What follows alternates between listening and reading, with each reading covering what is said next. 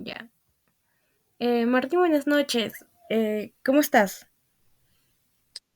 Buenas noches, Cassandra. Muy bien, ¿y tú? Martín, como te estaba comentando, el tema que vamos a tratar hoy es la caza furtiva. Estamos ahorita con la entrevista con el biólogo Martín Roncal, biólogo de Pucallpa, y empezamos con las preguntas. ¿Qué piensas y cómo te hace sentir la caza furtiva en los bosques de Pucallpas, considerando sus consecuencias para el medio ambiente? Sí, bueno, en realidad, em, Pucallpa pues es una zona que queda, ¿no?, en la región Ucayali, y teniendo en cuenta su geografía, es una región netamente selva, ¿no? Sobre todo selva, tiene parte de selva, un poquito de selva alta, pero más que todo selva baja, ¿no? En ese sentido, las regiones tipo selva pues cumplen un rol muy importante en el ecosistema, sobre todo por las especies que éstas albergan, ¿no? Ya sea flora y fauna. En este caso, si hablamos de la fauna, hay especies pues que son o que están justamente en peligro, ¿no? De extinción, o también que están en peligro, básicamente, ¿no? De llegar hasta convertirse, ¿no? En especies que están en extinción. Pero, pues sí, me parece que la caza furtiva es algo que se mantiene en esta región también y permite, digamos, que se generen problemas, ya sea ambientales, ¿no? Y también problemas que involucran a la sociedad misma, ya que pueden surgir quizás nuevas enfermedades al estar en contacto con especies pues endémicas, ¿no? Claro, muchas gracias. Pregunta 2. ¿Has sido testigo de la caza furtiva en las comunidades que están cerca a Pucallpa y qué cambios has observado en los ecosistemas entre la flora y la fauna local? Ya. No he sido un testigo directamente, pero sí indirectamente he presenciado, digamos, la caza de ciertas especies que a veces por más que están en protección, ¿no? En zonas protegidas, ciertas personas capturan estas especies, ¿no? Y, y pues esto conlleva a un deterioro del ecosistema misma, de la cadena trófica, ¿no? Entonces, nosotros sabemos que al desaparecer o al haber menos número de cierta especie, otras aumentan u otras pueden desaparecer también. Y se genera toda una cadena ¿qué te puedo decir? De riesgo, digamos, ecológico, ¿no? Que nos puede involucrar directamente al ser humano también. Interesante. Eh, Pregunta 3. ¿Qué comentarios o rumores o preocupaciones has escuchado en las personas de la comunidad de Pucallpa y sobre la caza furtiva y los esfuerzos para combatirla? Claro, en las comunidades o en la ciudad, como se llama, de Pucallpa, hay muchas congregaciones, ¿no? Que tratan de proteger a las especies animales, ¿no? Pero el detalle está también en las comunidades nativas, ¿no? Muchas comunidades nativas están pues aisladas de la sociedad misma y quizá para ellos es difícil entender, ¿no?, que hay especies en peligro de extinción, ya que han convivido con ellas y las cazan pues para muchos fines, ¿no? Ya sea alimentario, fines recreativos, ¿no? Etcétera, etcétera, etcétera, etcétera, de acuerdo a cada comunidad.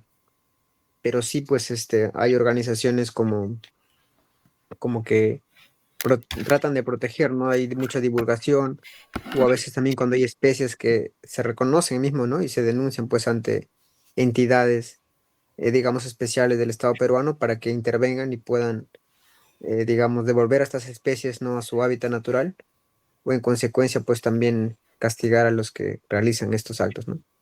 Claro. Pregunta 4. ¿Qué acciones crees que se debería tomar para frenar la caza furtiva? ¿Y qué piensas sobre las acciones políticas? Más que todo del Sí, gobierno. claro. La primera pregunta, creo que la mejor forma de evitar la caza furtiva es la información, ¿no? Mientras más información se divulgue, esté en contacto directo con estas comunidades o con personas que realizan esta caza furtiva, ¿no? Es mejor, ¿no? Estar informados. Y ese es un gran problema porque a veces es difícil informarse, ¿no? Claro. Y la otra pregunta por parte de las acciones del Estado, no interviene, pues no interviene como debería ser. Si bien es cierto, hay organizaciones, entidades que tienen que cumplir esta función, pero tampoco no se abastecen y también no tienen una buena gestión pública en estos ámbitos, ¿no? Entonces, pues trabajar es difícil para poder seguir manteniendo las especies y también por la geografía del país, ¿no? El país es un país grande, entonces hay muchas áreas, muchas comunidades, muchos lugares donde ocurren caza furtiva, se documenta en las que hay injerencia, ¿no? Digamos, de personas idóneas y otras pues que no sabemos realmente, ¿no? Dónde ocurre o dónde hay, ¿no? Entonces, pues hace falta mucha intervención del Estado, ¿no? Para, digamos, cubrir todas estas áreas donde ocurren pues cazas furtivas, ¿no? Claro, esa parte te entiendo. ¿Alguna situación que has visto o has presenciado ahí en Pucallpa, ya que eres de ahí? También la venta ilegal de animales.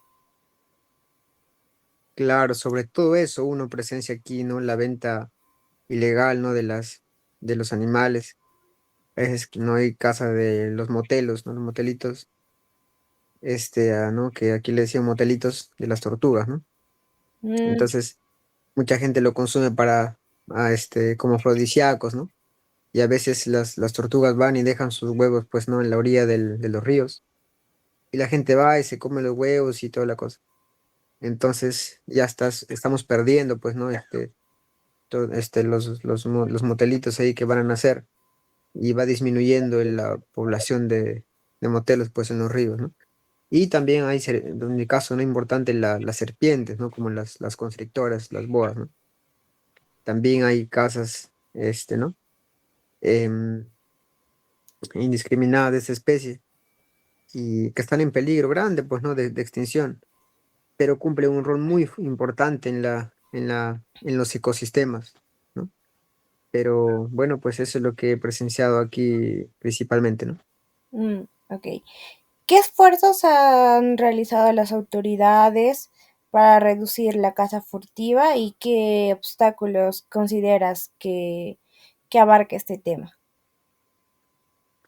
Los obstáculos básicamente son geográficos, ¿no? Llegar a las comunidades o los lugares donde ocurren la caza, ¿no? Aquí en la selva. Es difícil, ¿no? Esos lugares son inaccesibles, o para poder llegar hay que viajar horas, ¿no? Y a veces se viaja en los pequepeques, en barcos, ¿no? En transporte fluvial. Entonces, tendría que haber, pues, digamos, más personal, ¿no? Para que pueda cubrir todas estas áreas, ¿no? Esa sería la parte, digamos, de las deficiencias que puede tener, ¿no? Pero después también sí, o sea, el Estado interviene, hay injerencia, ¿no? Em, digamos, cuando se encuentran ese tipo de actos, sí, siempre va al menos un representante, ¿no? Y recolecta la especie, eso, y a veces se lleva a un albergue o a un parque natural, como lo tenemos acá en el parque natural.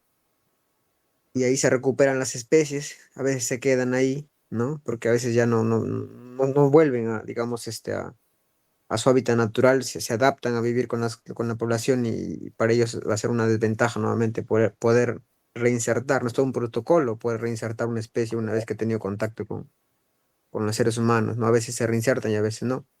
Entonces, por esa parte el Estado siempre está atento, ¿no? Interesante. Última pregunta, Martín. ¿Qué cambios positivos crees que podría ocurrir en la fauna y en la flora eh, si se puede reducir significativamente la caza furtiva? A ver, creo que no entendí muy bien la pregunta, no sé si podrías repetirla, por favor. Claro, ¿qué cambios positivos crees que surgirían o ocurrirían en la fauna y flora si reduce la caza furtiva? Ah, ya, muy buena pregunta. Es lo que normalmente, digamos, ocurriría, ¿no? Se genera un equilibrio ecológico, ¿no? Y cuando hay un equilibrio ecológico, las comunidades o las regiones donde se ubican, ¿no? Se les dice biológicamente llegan a un clímax, ¿no? Y el clímax justamente es un equilibrio donde converge la flora y la fauna y se mantiene en un ciclo constante y las especies pues pueden perpetuar regularmente, ¿no? Cuando hay este desequilibrio justamente por la caza furtiva, como te decía en un primer momento, ¿no? Unas especies pueden desaparecer y eso involucra, ¿no? Que otra especie predatora de esa que ha desaparecido también desaparezca y esta a su vez de otra, ¿no? Y si es, por ejemplo, un herbívoro, ¿no? Y ha desaparecido, va a generar tal vez que ciertas especies vegetales abunden, ¿no? Porque no va a haber quien las consuma, ¿no? Entonces se genera todo un desequilibrio ecológico y conlleva pues a la desaparición no de una, sino a veces de muchas especies, o no tanto desaparición, pero especies que se pueden colocar en riesgo de extinción, ¿no? O en peligro de extinción, como se llama, ¿no? Claro. Martín, muchas gracias por la entrevista y por tus apreciaciones sobre el tema. Gracias, eso sería la conclusión de la entrevista.